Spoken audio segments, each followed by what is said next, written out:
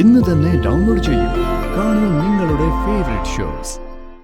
എന്റെ ഗോപാലേട്ട, എനിക്കൊന്നും മനസ്സിലാവുന്നില്ല. നീ എന്തൊക്കെയായി പറയുന്നത്? ജയിലിലേക്ക് പോകാനോ? ആര് പോകേണ്ടി വരും.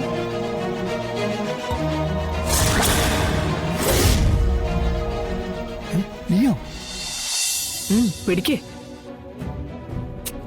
പിടിക്കടാ.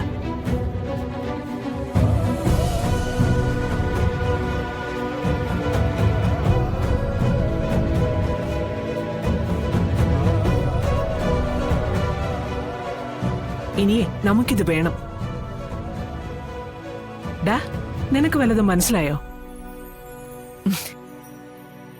എടാ, എന്റെ കയ്യിലിരിക്കുന്ന ഈ പണം കണ്ടിട്ട് നിനക്കൊന്നും മനസ്സിലായില്ല? ഇല്ല. എടാ, നമ്മൾ എന്താണോ ചെയ്തിരുന്നത് അത് വീണ്ടും ചെയ്യാൻ പോന്നു. അതിനെ ആദ്യം വേണ്ടത് ഈ വണ്ടിയാ. വണ്ടി എടുത്തു. ഇനി വേണ്ടത് നിന്നെയാ. എന്നെയാ? അതെ. ഇനി നീ ആ ഡ്രൈവർ പണിക്കൊന്നും പോണ്ട. നിനക്ക് ചെയ്യാൻ ഇനി ഇവിടെ ജോലിയുണ്ട്.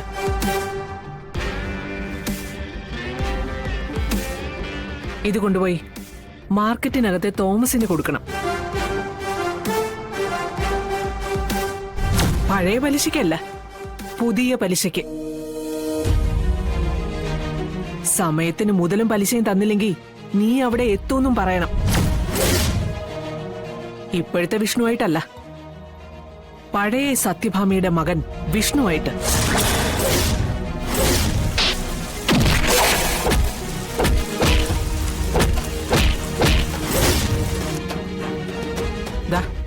പിടിക്ക്. അതമ്മേ, ഞാനിപ്പോ എന്താ, നിനക്ക് വയ്യേ?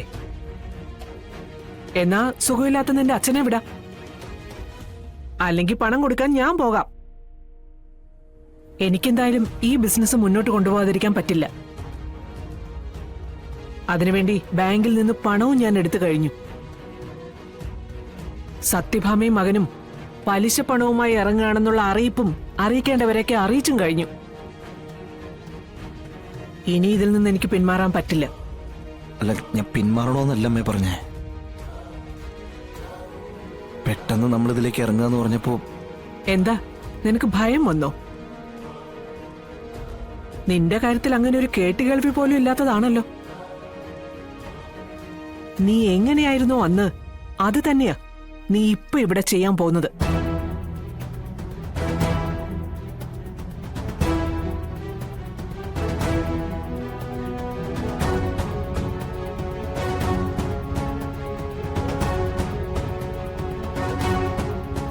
എന്താ വിഷ്ണു, നീ എന്താ പിന്നെ ആലോചിക്കുന്നത്? ഇനി ഇതിനു വേണ്ടി നിന്റെ ഭാര്യയുടെ അനുവാദം വല്ലതും ചോദിക്കണോ? നീ എന്തായിരുന്നു എങ്ങനെയായിരുന്നു അറിഞ്ഞിട്ട് തന്നെയല്ലേ അവള് നിന്നെ കെട്ടിയത്?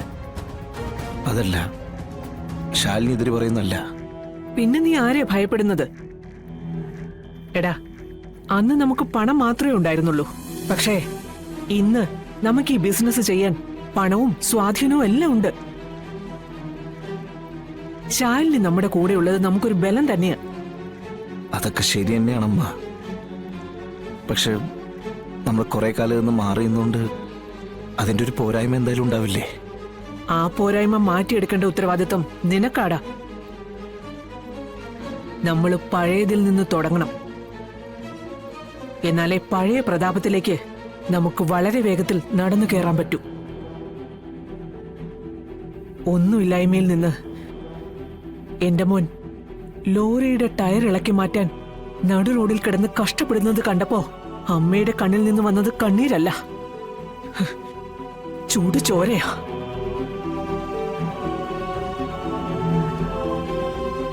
പക്ഷേ അന്ന് ഈ അമ്മ മനസ്സുകൊണ്ടൊരു പ്രതിജ്ഞ എടുത്തിരുന്നു, തിരിച്ച് നമ്മുടെ പഴയ പ്രതാപകാലത്തിലേക്ക് എത്തണമെന്ന്.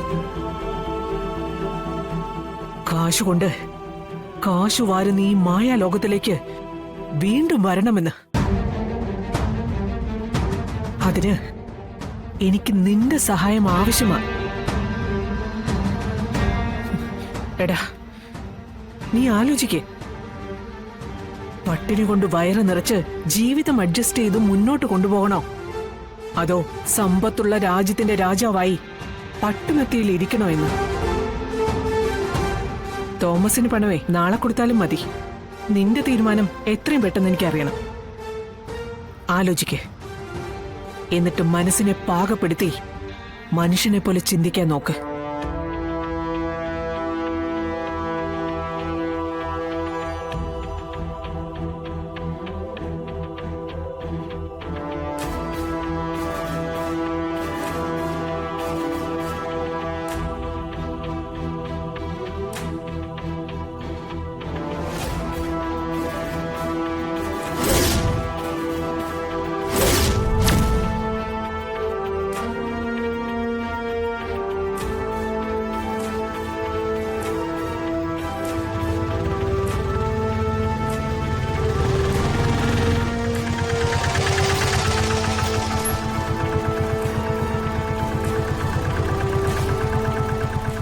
എത്രയും മോനെ?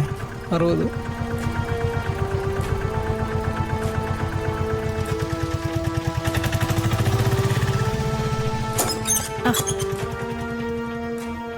ഇതെവിടെയായിരുന്നു ഗോപാലേട്ടാ? എത്ര പ്രാവശ്യം വിളിച്ചു? എന്താ വിളിച്ചിട്ട് ഫോൺ എടുക്കാത്തെ?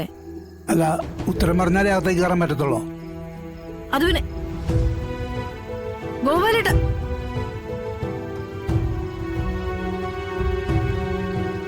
എന്തെങ്കിലും അത്യാവശ്യം ഉണ്ടായിട്ടല്ലേ ഗോപാലേട്ടാ വിളിക്കുന്നത്?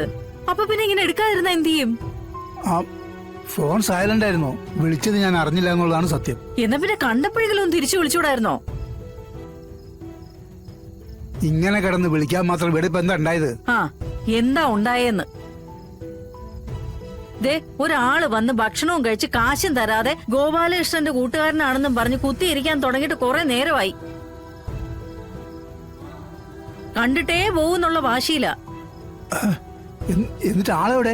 ഞാൻ വരുന്ന വഴിക്ക് കണ്ടില്ലല്ലോ. ആ, അത് കട ഞങ്ങള് പൂട്ടുമ്പോഴവിടെ ബീഡിയും വലിച്ച് നിപ്പുണ്ടായിരുന്നു. ആ, ഒരു 3-4 കവർ ബീഡി എന്തായാലും വലിച്ചു തീർത്തിട്ടുണ്ട്. രാവിലെ ഇതെല്ലാം കൂടി തൂത്തുവാരി കളയേണ്ട മഹത്തായ പണിയും എനിക്ക് ഉണ്ടാക്കി വെച്ചിട്ടുണ്ട്. എന്നാലും അപ്പൊ അത് ആരായിരിക്കും? ആരായാലും നല്ല ഉദ്ദേശത്തോടെ വന്നിരിക്കുന്നതല്ല. കുഴപ്പങ്ങൾ ഉണ്ടാക്കി വെച്ചിരിക്കുന്ന അപ്പൊ ഇവിടെ മാത്രമല്ല, വേറെ സ്ഥലത്തും പല പ്രശ്നങ്ങളും ഉണ്ടാക്കി വെച്ചിട്ടുണ്ടല്ലേ. അതിന്റെ കണക്കെടുക്കാനാണോ ഇപ്പൊ ഈ പുതിയ അവതാരം വന്നിരിക്കുന്നത്? അതോ ജയിലിലേക്ക് പോകാനുള്ള വഴി പറഞ്ഞു തരാനാണോ ഓരോരുത്തരായിട്ട് ഇങ്ങനെ വന്നോണ്ടിരിക്കുന്നത്? എന്റെ ഗോപാലേട്ട, എനിക്കൊന്നും മനസ്സിലാവുന്നില്ല. നീ എന്തൊക്കെയായി പറയുന്നത്? ജയിലിലേക്ക് പോകാനോ? ആര്? പോകേണ്ടി വരും.